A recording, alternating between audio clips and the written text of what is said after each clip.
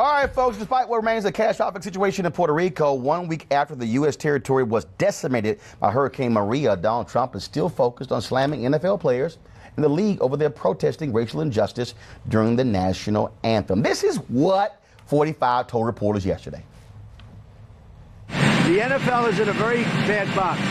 You cannot have people disrespecting our national anthem, our flag, our country. And that's what they're doing. And in my opinion, the NFL has to change. Or you know what's going to happen? Their business is going to go to hell. Is that the case? Really, they're going to go to hell? Ratings were up over the weekend, Donald. That's a fact. 4%. F-A-C-T. Also, the wife of course, deceased football player and member of the Army Rangers, Pat Tillman, she has said, enough with y'all pimping my husband's service. This was a statement from his widow, Marie Tillman. Pat's service, along with that of every man and woman service, should never be politicized in a way that divides us. We are too great of a country for that. The very action of self-expression and the freedom to speak from one's heart, no matter those views, is what Pat and so many other Americans have given their lives for, even if they didn't always agree with those views.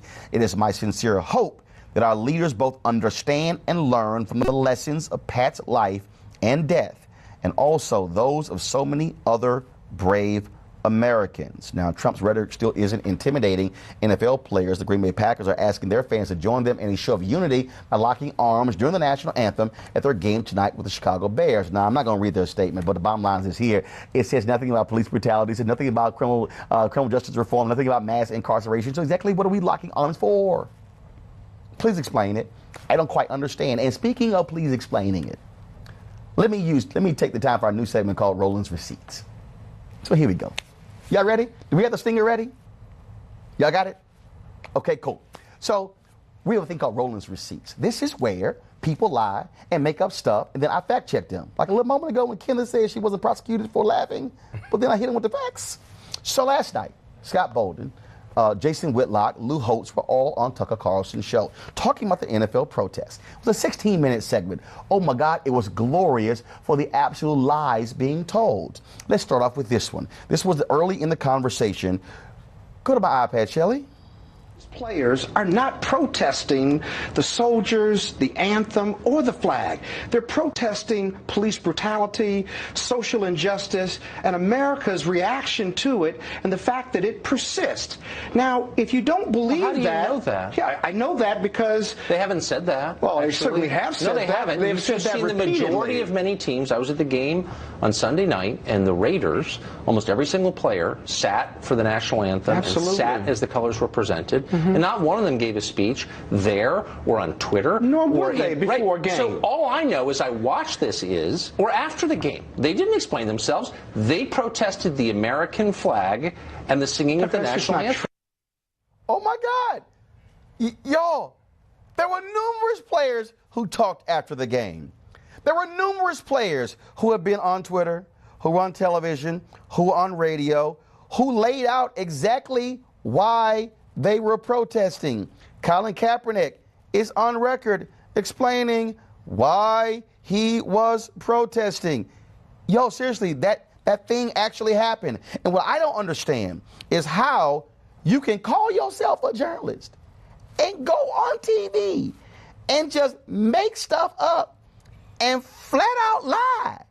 That's exactly what he did. Oh, my goodness, okay? The interview gets even better. Okay, let me play a clip 2. Shelley, go to my iPad. Then how about this? Okay, why not say that? These are some of the most powerful people in our society. They have the loudest possible megaphone. They can tell us what they think. Well, Tucker, they do say that. Why are You're not listening to them. They do say that. I'm in the news business. I'm listening clearly you're not listening to it if you don't think that's what they're protesting. But why not just say it? Why pick our national? Because here's the truth. We fly the flag. Okay. All right. So here's the deal. Okay, I'm going to do this for y'all right now. I'm going to go to that thing called Google. So I'm going to do right now, okay? So Tucker said, didn't he tell you, Scott, why don't they just write something. Right. And there's a guy named Eric Reed. You ever heard of Eric Reed? Eric Reed is with the San Francisco 49ers. He is one of two players who joined Colin Kaepernick in protesting. Guess what happened 2 days ago? Eric Reed actually wrote a piece in the New York Times. Yeah. Shall I go to my iPad? Eric Reed, why Colin Kaepernick and I decided to take a knee. So Tucker Carlson says that, well, why don't they just write an op-ed? And if they do, I would say that's fair. And I would agree with him. He did. He actually wrote it 2 days ago. Okay, so let me play the third. I want to play the third soundbite from what Tucker had to say. Okay, this is pretty good, y'all. Okay, y'all ready? Okay, so I'm going to cue this thing up. So, Shelly, go to my iPad. We have it here? Okay, all right, so give me 1 second. I'm going to re-cue this. My apologies for y'all. Let me get this straight. Now, I think we have it. Here we go. Make any sense? Why get for the national anthem if it has nothing to do with the national anthem, with the national symbol? Why not write a piece or give a speech and say, I'm mad about police brutality? In which case, I would, and I mean it, I would say that's a fair thing to be mad about. So here's the deal. So he also said that again. They've given speeches. They've given news conferences. Literally, Michael Bennett and Richard Sherman and other players have actually talked about these very things from the podiums at NFL games. Julius Peppers actually talked about it as to why he stayed in the locker room on Sunday. Not only that, folks, they've also been releasing videos. They've also been out there protesting, laying these things out. I mean, there are clear, undeniable facts that exist showing exactly what these players have been doing. But then Tucker Carlson says, I'm in the news business. I listen to these things. Tucker, either you've been asleep for the past year, or you might want to fire your research team. Because if you fire your research team, then you might realize these things have actually been happening. And then, of course, he tells Scott, well, I've been trying to get them on my show. Benjamin Watson has been on various shows. Michael Bennett has been on various shows. Doug Baldwin has been on various shows. Nate Boyer, the Army veteran, who actually was the one who taught Colin Kaepernick into taking a knee, saying that was more respectful to the military than sitting on the bench. Now, last night, he was actually on a special with Anderson Cooper, along with some of the other players. So how is it everybody else can seem to find these players, Tucker, and you somehow cannot? Maybe you can't have these players on your show because you don't read. Maybe that's it, Tucker. But I'm going to also play this for y'all. Tucker Carlson said that, well, no one is speaking. They haven't said anything. Guess what happened? NFL players released this video. Shall I go to my iPad?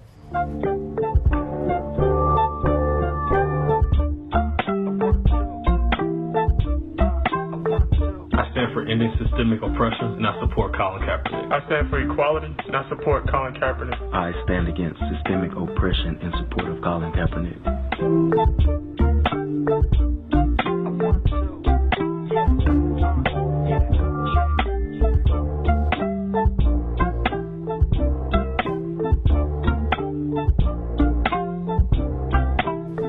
A lot of people that fought and died for that flag, to disrespect it yesterday like you did, I'm done.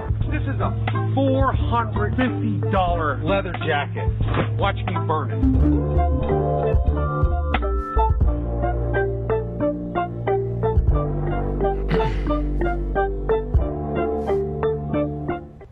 Tucker, I have one more for you. Since you somehow say no one is out here saying these things, talking about these things, Colin Kaepernick has also released a video. Actually, a video was released that showed all of the various comments that he's made as well. Here's the deal. You lied last night to your audience, but let me take it further. Last night, Jason Whitlock of Fox Sports was also on. And then Lou Holtz was on the show. Lou Holtz actually said, oh, I've gotten a speeding ticket and I did nothing. Then Lou Holtz said, I haven't seen any tweets. I haven't seen any interviews where any of these players have said while they're protesting. And Jason Whitlock sat there like a bump on the log, knowing full well that was a lie. and did not correct Lou Holtz. Then, of course, Jason Whitlock goes on to say that what these players should do, they should stop trying to sit here and, because this ain't their day job being activists. They should take their money and put it to the causes they're talking about. So, Jason, you said on Fox News, on Tucker Carlson's show, and you said black players should take that money and give it to the causes they care about. Jason, you know for a fact, in fact, zoom the camera in. Jason, you know for a fact that Colin Kaepernick has given $1 million to those various causes. You know for a fact that Michael Bennett has said he is giving every single endorsement dollar this year to various causes. You know other players have done the exact same thing, yet you sat there and acted as if they're not doing it. But here's the other thing that I find to be gloriously hilarious. You actually said on television last night that, well, they're not experts in race, but they should be giving their money away. So now are they experts in philanthropy? Here's the other piece. I had an expert of race on the show, Jay Elliott. You're not an expert on race. So why are you talking about it? So if you get to talk about it, and all you do is talk about sports on television, shouldn't they get to talk about it? But should the Los Angeles Chargers players, who when they moved from San Diego, who were impacted by housing discrimination in Los Angeles, even though y'all called them spoiled and rich, don't they get to talk about it? I mean, they actually experienced it. Should Michael Bennett get to talk about it when a gun was placed to his head in Las Vegas? How about the other players who have been pulled over and arrested due to racial profiling? Do they get to talk about it as well? I find it amazing that if you're black in this country and you experience these things, and just because you might have some money, you can't talk about certain things.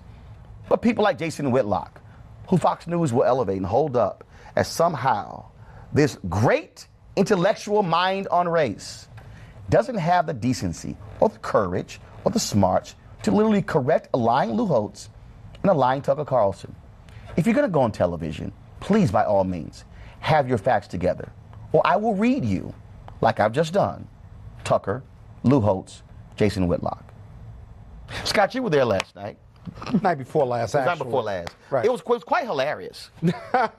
Well, you know, all the points that you've made are dead on. You know, when Tucker started talking about my neighborhood, my cufflinks, and me being a snazzy lawyer, I said that to him. I said, well, wait a minute, what does that have to do with my commentary and my life experience?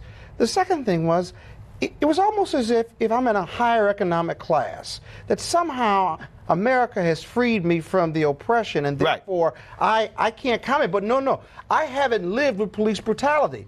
Because my argument to him, if you saw the whole piece, was that you can't tell me about race and police brutality because you've never experienced it. And I talked about being put on the ground and what have you. And he said I dismissed a whole group of people without knowing them. But I know what's happened to me, and it happens to me and my brothers and sisters far more than it happens to people that don't look like me. So, Kenneth, this is very interesting.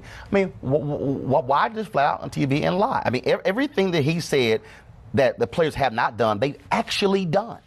I think you need to ask Mr. Tucker. Well, what's your opinion on it? Listen, I'm not in control of his particular show. I'm not. No, what's your opinion, though, on him knowingly presenting false information, lies to his audience, and presenting it as fact when it is absolutely, undeniably false? And his questioning of Mr. Bolden, it was an intent to deride the efforts by those particular individuals who have decided to make a political choice, and the protestation that you have right now against the American people's revolt against that is quite unattractive. The bottom line is that the American people are free market capitalists.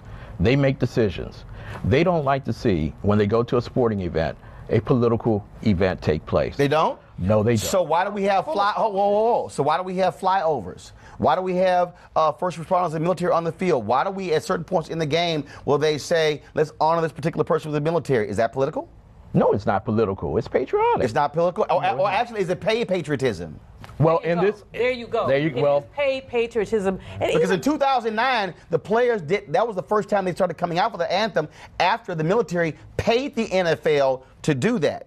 That's paid patriotism. That ain't real patriotism. Again, it goes back to the free market capitalism structure. Those owners like that military money. The NFL loves that money. Government money. The NFL loves that money. Julian. But this is an enforced cultural hegemony. To say that everyone is supposed to get up and pledge the flag. Right. Enforced hegemony, this one nation crap. We know it's not one nation. We know that there are differences. A. Scott Bolden, I don't care how much money he makes, he's my road dog, my ride or die. But here's the point about Scott.